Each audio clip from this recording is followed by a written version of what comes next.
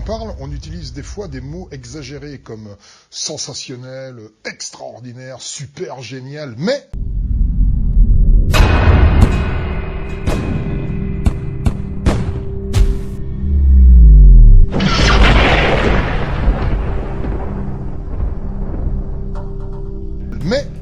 on les utilise à l'envers. Comment dire Oui, voilà, c'est comme quelqu'un qui a des béquilles. Quelqu'un qui a des béquilles, c'est qu'il a de la peine à marcher. Tu te dis pas, waouh, mais c'est comme s'il avait 4 jambes, il doit courir super vite. Bah non, tu te dis pas ça. Eh ben, les superlatifs, c'est comme des béquilles. On ne les utilise pas pour renforcer une réalité, mais plutôt pour compenser une faiblesse. Hein. C'est des mots béquilles. Eh, merci pour l'invitation. Ah non, mais on s'est régalé. Non, mais sérieux, c'était délicieux, c'était super bon, vraiment. Alors, quand on dit ça, bah, ça veut dire qu'on a bien bouffé, ouais, mais bon, c'était pas non plus... voilà.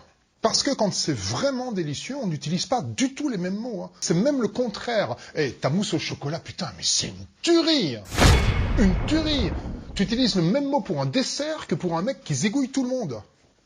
Roger Federer, il joue pas bien au tennis. Non, le mec, c'est un tueur. C'est un malade comme il joue au tennis. C'est un fou, c'est une bête.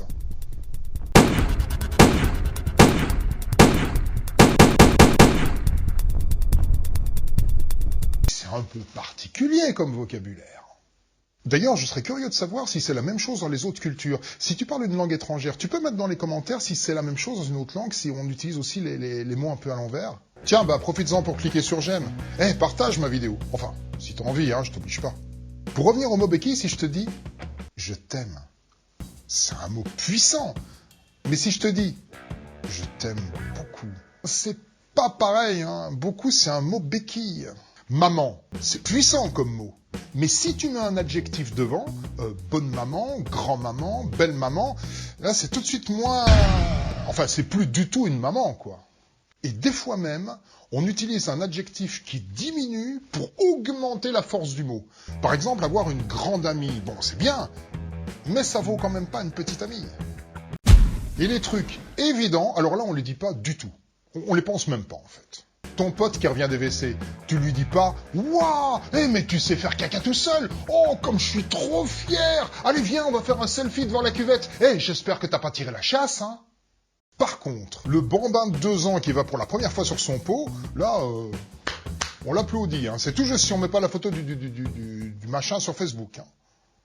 Moi, je suis de langue maternelle française, mais je dis jamais je parle très bien le français. Pourtant, je pourrais, parce que c'est vrai. Mais c'est justement parce que c'est évident que je n'éprouve pas le besoin de le dire, ni même de le souligner. Par contre, j'ai déjà entendu quelqu'un qui a appris un peu le français sur le tas, qui m'a dit « Moi, je parle mieux le français que des gens qui sont nés ici. »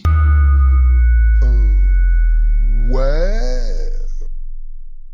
C'est comme les gens qui disent « Moi, j'ai le sens de l'humour ». Mais s'ils l'avaient autant que ça, pourquoi est-ce qu'ils disent pas directement un truc drôle au lieu de dire ça? Les faiblesses, on a envie de les compenser avec des mots très forts, des mots béquilles. Parce que les trucs qui fonctionnent parfaitement, vous en parler, on s'en fout. Mais quand on commence à en faire des caisses et des caisses avec des grands mots... Alors... T'es mon meilleur ami.